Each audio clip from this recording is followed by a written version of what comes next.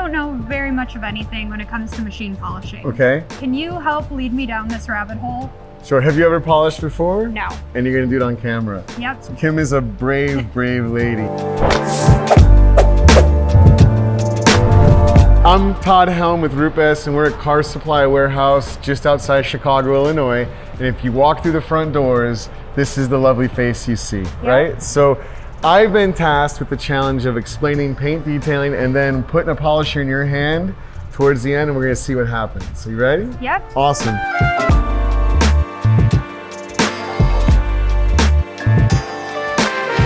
So what are some of the questions your customers typically ask? It's a lot of, I have a Chevy black car and what pad do I need? Right.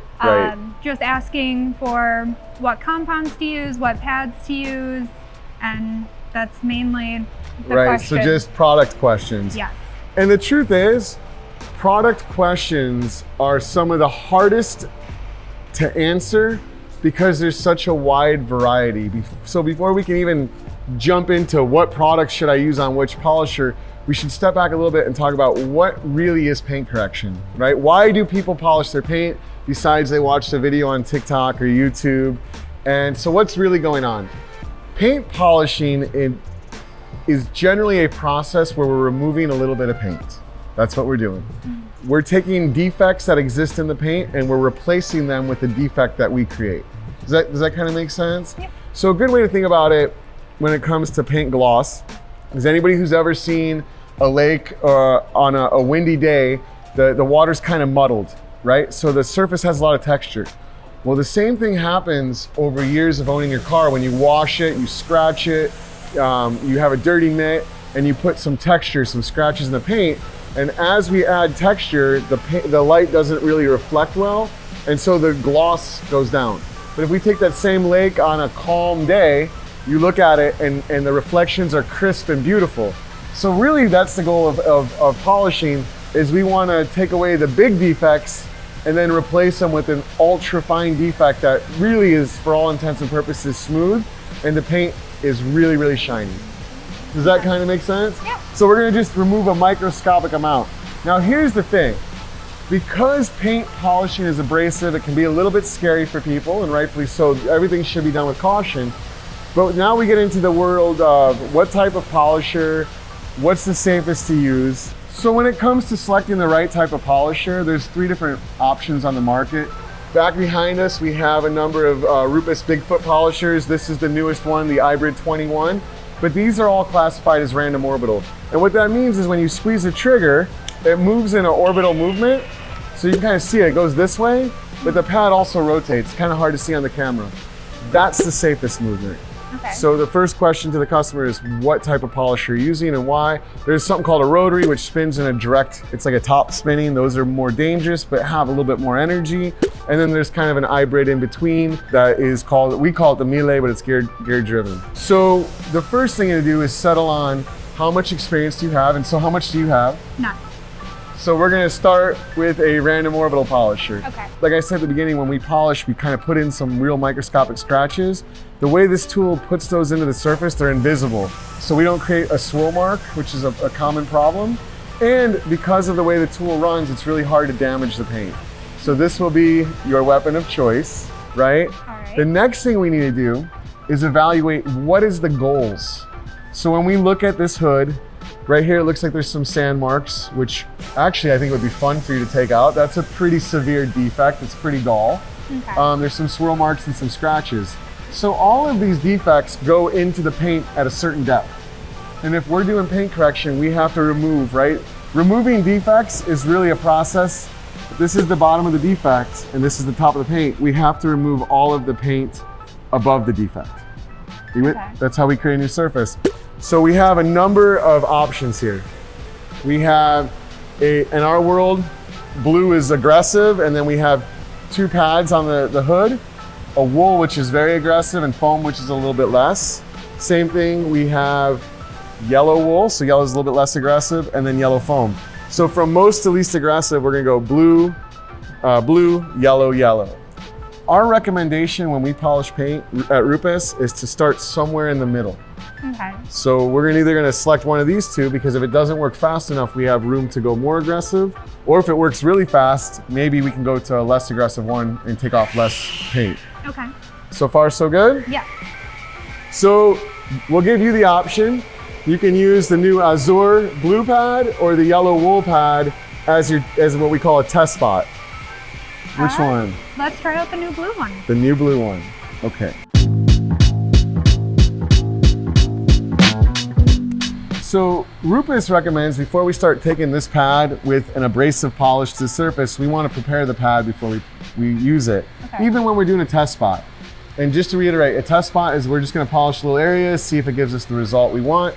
If we're happy with the result, then we're going to kind of stamp that over the rest of the car, of course paying attention to the results we get. So whenever we use a new pad, we would recommend priming it. And all priming is we want to coat the face of the pad, whether it's wool, microfiber, foam, with just enough product so all of it is in use. These pads are fairly non-aggressive. So if I just put a couple drops of polish on here, I would only have that much area working for me at once. So the way that Rupes recommends priming every pad, no matter what tool it is. So if it's a rotary, the iBrid, the new Bigfoot iBrid 21, a Miele, we recommend using speed 2. So that's the same even with the new polisher. We'll set it to speed 2. On the foam pads, what we're gonna do is we're gonna draw like kind of an X or a cross on the surface and run it for about 20 seconds. And that's gonna allow the polish to kind of spread out. It warms up the foam just a little bit so product doesn't go spitting everywhere. And then once we do that, we'll go ahead and polish the test spot. So to keep this simple, Rupes has created a color coordinated system. So we can change it a little bit, but to make it simple, blue is more aggressive, yellow is a little less aggressive. We also have white and white pads, but to keep it super, super simple, we're gonna use blue polish or polishing compound with the blue pads, yellow with yellow. So it just makes it really easy. So first thing we're gonna do is prime this. Okay. So I'll hand the polisher to you. Remove some of these items so if there's any vibration, we don't rattle them off. So we didn't put a ton of product on here, but just drew a nice X. We have it set to speed 2. So now I want you to put the polisher face down. Always start and stop the machine on the paint when it comes to a random orbital. Okay. So I'm gonna kind of come around to this side just to be a little more comfortable. How do you want to hold it? Is that more, tell me what's more comfortable for you, this way or this way? This way. Okay, so I'm gonna come around to the other side, Okay. just so I can help. So set it down on the paint. Now, on the new HLR 21 and 15, there is a safety. So if you try to squeeze the trigger, it won't let you. Yep. So you have to lightly press in the throttle lock, and then you're gonna just squeeze the trigger all the way down. There we go. And now when we're priming, keep it pressed. And priming is on speed all the way down. Priming is on speed 2 for about 20 seconds. So just move it around lightly. And the only reason we move it around is so we don't burn the paint or overheat it. Okay. But right now, all you're doing is kind of priming the pad up. So we'll say that's been about 20 seconds. So release the trigger and let's inspect the pad. And what we're looking for is to make sure that the pad's a little bit softer, which it is. And I don't know if you can see on the camera well, but product has spread over the face of the pad. So a lot of it's kind of invisible, but I can feel it on there. So we absolutely prime the pad. We're ready to go. So I'm gonna wipe that off. We always wanna wipe off our polishing residue. One of the questions I get asked a lot is, do I have to wipe off the residue after I polish a section? And the answer is yes. We're not putting down wax, so there's no benefit of letting it sit on. When we polish, it's a liquid abrasive, and what we don't want is it drying on the surface because then it's like trying to remove cement. Okay. So after we prime the pad, and I can actually see, I don't know if you can see it here, but you already made a significant improvement in the finish. Mm-hmm. Now we're gonna do our test spot. It gets a little bit trickier. We wanna polish an area about 6 times the size of the pad. Okay. So if you imagine like 1, 2, 3, 4, 5, 6, 6 spots, we're gonna use a little more product and we're gonna use a little bit more speed on the tool. But other than that, I want you to do the same thing. Stay relaxed, hold it flat to the surface, and you're just gonna slowly go over that area 2 or 3 times, kind of overlapping by about 30%. Okay. Does that make sense? Mm-hmm. Okay. So I'll add a little more product for you. So normally we say between 2 and 4 drops. I like to do 4 the first time and then 2 after that. So anything that's not primed will kind of get covered by that. So go ahead and put it face down. Do we need to adjust the speed? Yep, we're gonna set down. I'm gonna have you roll that dial up to about 3. We'll start at 3 and see if that works. Now remember, because there's a little bit more product on there, you wanna give it just a little bit of pressure against the paint or we're gonna get covered in compound. Okay. Then go ahead and turn it on. Good. And I'll just slowly move it about to here. Come up and overlap. Now come back across, nice and slow. Good, come right over all those scratches and then come down, pick up some of that extra compound. And we're gonna just do that. If you wanna get a little bit more cut, a little bit more aggressive, just put a little bit of pressure on it, but don't grab so hard your knuckles are turning white. Yep, stay relaxed. Let the tool do the work for you. Come back all the way over that, so just a little bit further, good. And we're gonna do this one more time, but this time let's just go up and down.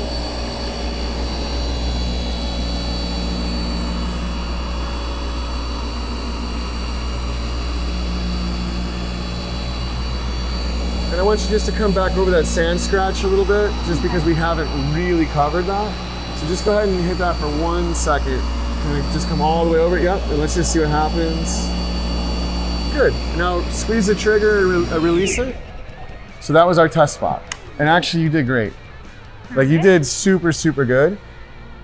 So looking at the surface here, I don't know if you can see like the shadow of the sand scratch right here.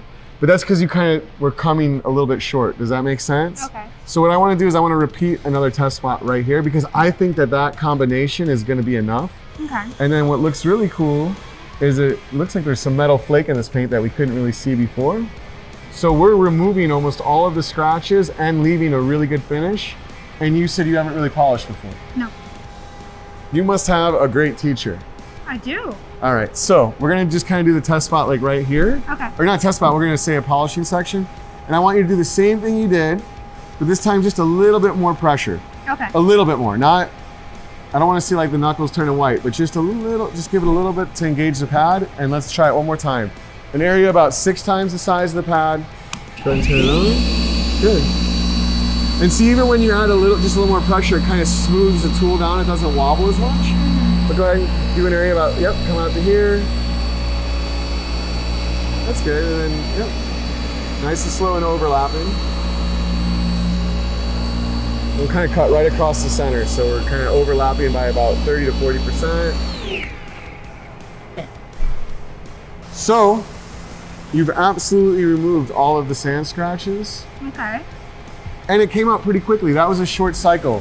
And that's one of the things that we really preach at Rupes, and one of the biggest mistakes that we see when people come to our classes is overcycling. So the average detailer, when we've timed them without telling them that we're timing them, has been between a minute and a minute and a half cycle time. So that means they're literally polishing this small area for a minute and a half. Once you made the adjustment, that was probably about 20, 25 seconds, and you absolutely removed the rest of those scratches. Overcycling is bad. It takes off too much paint, it overheats the pad and reduces pad life, and it kills profitability. If you're done in 25 seconds and you polish for a minute, you've literally doubled the time it's gonna take you to get around the car. So that was really, really good. In this case, I think the test spot was successful, and we would just stamp that process out through the rest of the hood. Okay.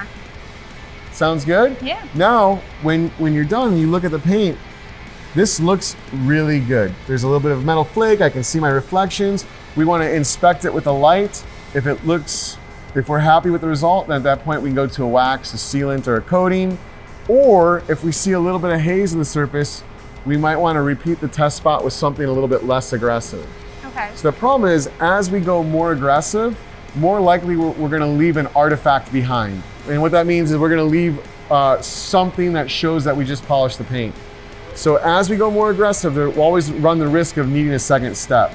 So after we do our test spot, we want to inspect the finish. Okay. And using a high quality inspection light, we can see that all of the scratches are gone, but the paint maybe looks a little hazy.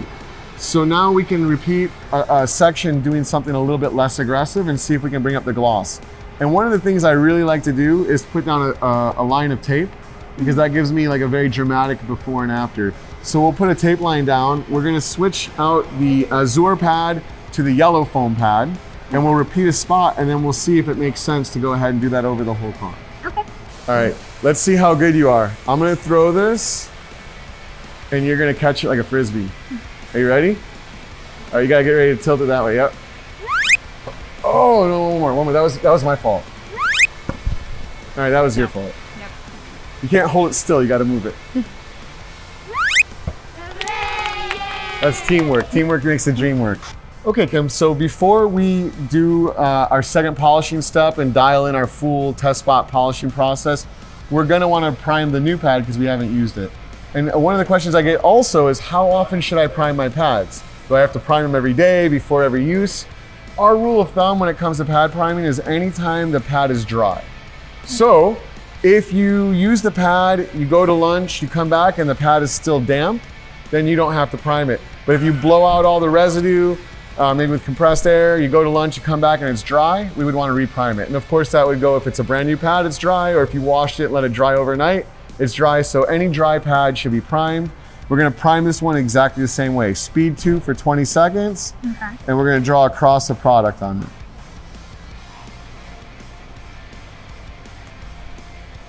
And just kind of, yeah, just prime it over here so we don't interfere with the test spot. Set it to speed 2. Go ahead. Yep.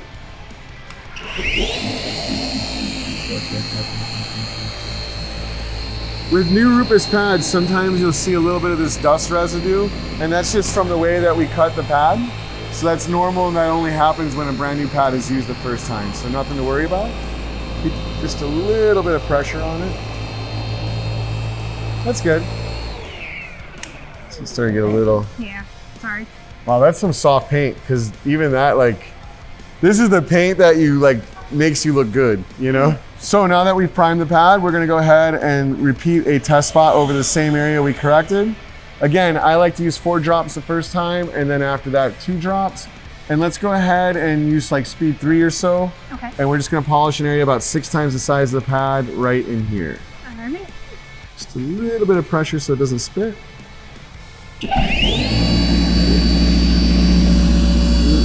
A little more pressure.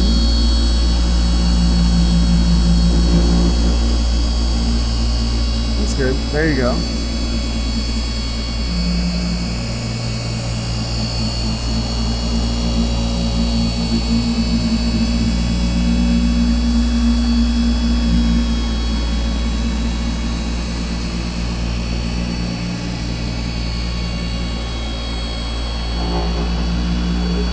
We'll just cover it one more time and then shut it off. Good. Wow, that makes a big difference. So now we want to inspect the paint. And we're going to do this kind of 2 different ways. The first way, we'll just put a high quality light on it, and I'm going to peel back some of this tape so we can see if it makes sense to do the second step. Was there an improvement in gloss? So going from this side to this side, this definitely looks a lot blacker. Can you see the difference? Yeah. So to get the best results out of this paint, we would probably do both steps. Okay. Now, it's a good rule of thumb, anytime you dial in a test spot or multiple steps of process, to go ahead and inspect the finish with a paint prep wipe. And what that does is it removes any oil off the surface, because sometimes, unfortunately, when we polish paint, some of the residue from the polish stays behind. It doesn't get wiped off completely, and that can give us a false result. One of the things that Rupes does is recommend wiping the paint down with an inspection spray. In this case, we actually make 2 of them, Rupes Reveal Light and Rupes Reveal Strong, and they're color coordinated just like the pads. So blue, strong, aggressive, and it uses a solvent to deep clean the paint. In this case, we've already polished it, so we just need something light. Reveal Light is an alcohol-based wipe, but we're just gonna mist it onto a towel and wipe it a few times. Then we'll re-inspect with the light, and that will give us a true result, so we know that we're not gonna have any fake results or scratches returning. Okay. So once we dial in that process, and on this hood, if we had a vehicle painted with all of this paint, we would do probably the Azure pad with the blue compound, remove all of the deeper scratches, then come back and refine it. At that point, once we kind of wipe it down, it's ready for protection. Now in the Rupes lineup, we have two products, Uno Protect and Uno Advanced. Uno Protect has a wax built into it, so we could do our final polishing step with that and have it wax ready. Uno Advanced has a more advanced protection package that can last up to a year, so that would be another option. Or if you're into applying your own wax, sealant, or ceramic coating, now's the time to do it. There's a great selection available at Car Supply's warehouse. And so that would kind of cover the basics of paint polishing. But just to recap, always do a test spot. Primer pads, do a test spot, and always select the least aggressive method that will do the job for you so we can keep the maximum amount of paint on the vehicle. So Kim, now when somebody walks through the front doors of Car Supply warehouse and says, hey, what pads and compounds do I need for my car? What are you gonna tell them? It depends on the vehicle and the paint that's on it and what their expectations are. Yeah, there just isn't one pad and one compound when we talk about the basics of paint correction that works for every situation on every car. Yep, but now we have a video to show them to help them out. That's right.